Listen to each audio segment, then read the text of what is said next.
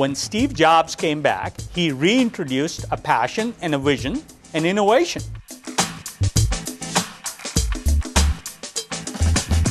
This is where the world's going. He's done it again, but then he could do anything, good or bad.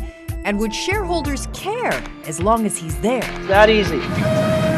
Steve Jobs was on the job at Apple day one, marketing, innovating.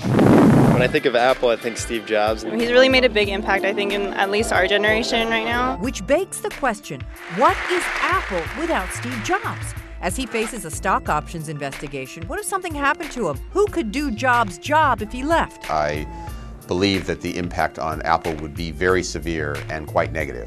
Apple has survived without Jobs before, forced out in 1985, brought back 12 years later, in part thanks to arch-rival Bill Gates, in a moment commemorated on film. I think it's going to be really interesting.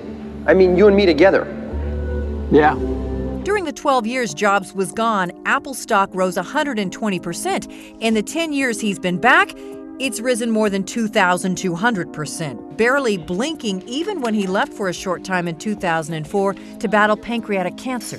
What would the street do if Jobs was out of a job? We would certainly sit back at that point and have to reevaluate our long-term growth rates for the company. As for consumers, it's like Gucci without Tom Ford. He's still going to buy the label. Well, as long as the product's good, I think the consumer will buy it. Piper Jaffray analyst Gene Munster says Apple without Jobs would lose 20% of its market value, $16 billion.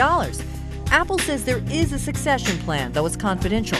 But in a company filled with talented people, it's hard to name a single other executive, and one has to wonder what's next. After all, nothing and no one lasts forever. Jane Wells, CNBC, for the Business of Innovation.